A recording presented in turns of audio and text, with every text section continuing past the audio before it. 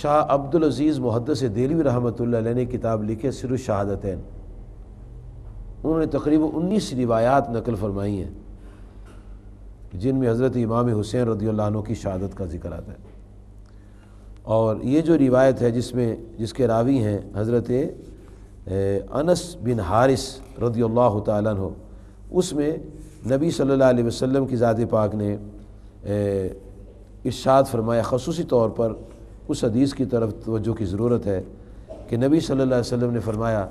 کہ اس میرے بیٹے کو کربلا کے میدان میں شہید کیا جائے گا، اور تم میں سے جو کوئی وہاں موجود ہو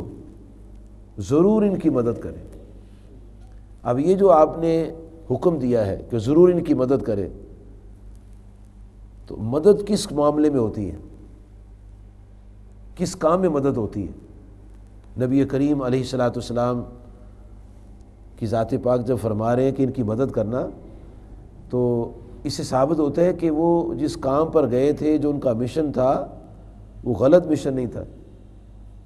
اس میں کوئی حرص نہیں تھی، اس میں کوئی طمع نہیں تھا۔ اگر حرص اور طمع ہوتا تو نبی صلی اللہ علیہ وسلم کبھی ایسا نہ فرماتے۔ اور جب جناب جبرائیل علیہ السلام اللہ تعالیٰ کا پیغام لا رہے ہیں اور وحی جلی کے ذریعے پیغام دیا جا رہا ہے اس کو شہید کر دیا جائے گا، اور اللہ تعالیٰ کی طرف سے پیغام آ رہا ہے، تو جب اللہ تعالیٰ کی طرف سے پیغام آ رہا ہے تو یقیناً ان کا جو کردار ہے، ان کا جو عمل ہے، ان کا جو مشن ہے نا، وہ غلط مشن نہیں تھا۔ اللہ تعالیٰ نے سورۃ المائدہ میں ارشاد فرمایا ہے، وَتَعَاوَنُوا عَلَى الْبِرِّ وَالتَّقْوَىٰ، کہ نیکی اور پرہیزگاری میں ایک دوسرے کی مدد کرو۔ اب نبی صلی اللہ علیہ وسلم نے فرمایا کہ تم اس کی مدد کرنا، اس کا مطلب ہے کہ امام حسین رضی اللہ تعالیٰ عنہ کا مشن جو تھا وہ تقویٰ اور پرہیزگاری کا مشن تھا۔ کشف المعجوب میں حضرت داتا گنج بخش علی حجویری رحمۃ اللہ تعالیٰ علیہ نے یہ نقل کیا ہے، فرماتے کہ امام حسین رضی اللہ تعالیٰ عنہ جب تک حق ظاہر تھا تو آپ حق کی مطابقت کرتے رہے، اور جب حق مفقود ہوا ہے تو پھر آپ نے اپنی جان کو اللہ تعالیٰ پر قربان کیا، اور اللہ تعالیٰ کی ذات پاک کے جو فرامین ہیں، ارشادات ہیں، جو نبی صلی اللہ علیہ وسلم کے فرامین ارشادات ہیں، ان کی روشنی میں اس واقعہ کو دیکھنا چاہیے۔ یہ محض ایک واقعہ نہیں دیکھنا چاہیے، بلکہ ان تمام احادیث کی روشنی میں جو نبی صلی اللہ علیہ وسلم نے فرمائی ہیں اور اللہ تعالیٰ سے ان میں جو گزارشات کی گئی ان کو بھی دیکھنا ہے۔ حضرت حذیفہ رضی اللہ تعالیٰ عنہ سے یہ حدیث مروی ہے، حضرت اسامہ بن زید رضی اللہ عنہ سے، اسے مصنف ابن شیبہ میں آپ دیکھ سکتے ہیں، جلد نمبر 12 صفحہ نمبر 98، اور طبرانی صغیر جلد نمبر 1 صفحہ نمبر 199، ترمذی شریف جلد نمبر 2 صفحہ 217، اور مشکات شریف صفحہ نمبر 570۔ اس میں حدیث شریف ہے جس کے راوی ہیں حضرت اسامہ بن زید رضی اللہ تعالیٰ عنہ۔ آپ فرماتے ہیں کہ ایک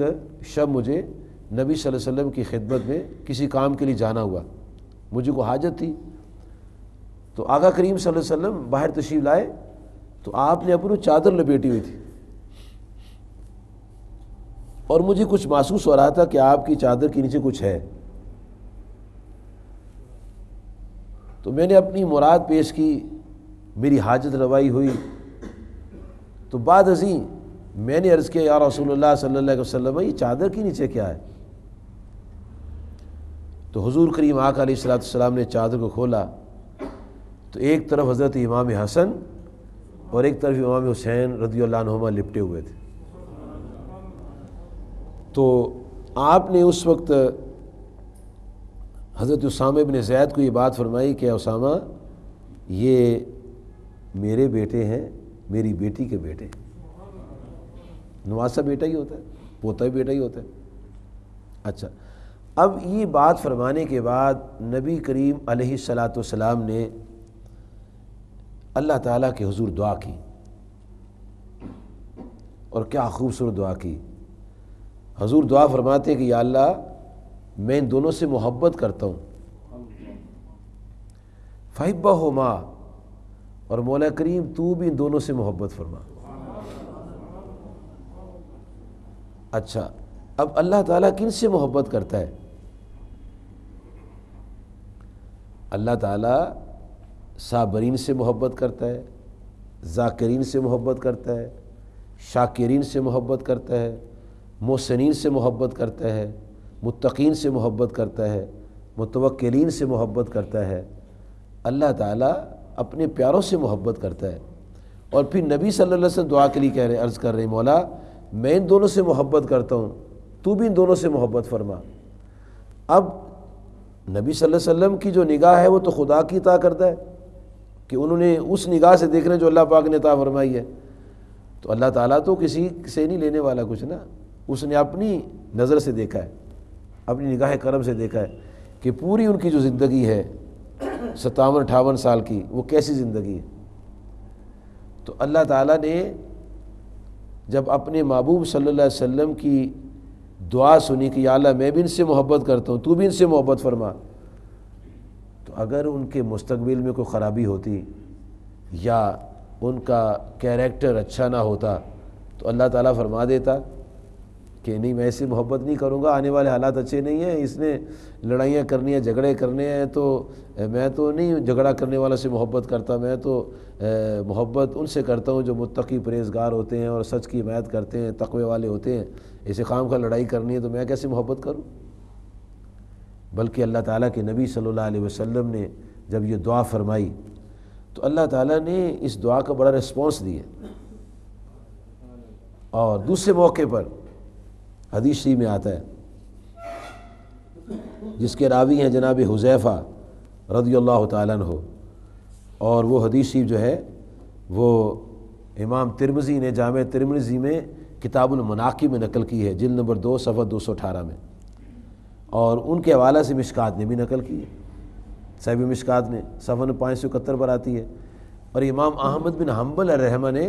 مسند احمد شریف میں جلد نمبر 5 صفحہ 391 اور 392 اس کو نقل کیا ہے۔ اس حدیث شریف میں اللہ تعالیٰ کے نبی صلی اللہ علیہ وسلم کی اس دعا کو ہم دیکھتے ہیں کہ وہ دعا اللہ پاک نے قبول فرمائی، اور پھر کیا جواب میں ارشاد فرمایا۔ حضرت حذیفہ رضی اللہ تعالیٰ عنہ فرماتے ہیں کہ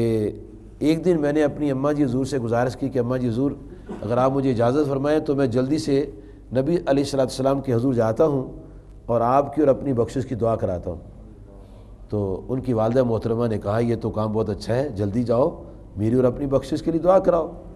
فرماتے ہیں کہ میں آپ کی جناب میں آیا، مغرب کا وقت تھا تو مغرب کی نماز پڑھی،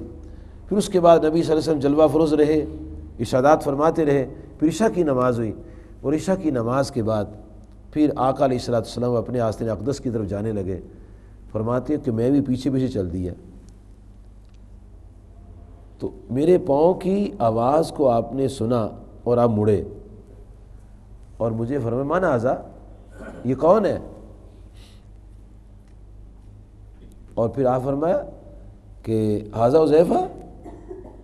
یہ حذیفہ ہے جو میرے پیچھے آ رہا ہے۔ فرماتے میں نے اس بات کا جواب دیا، عرض کیا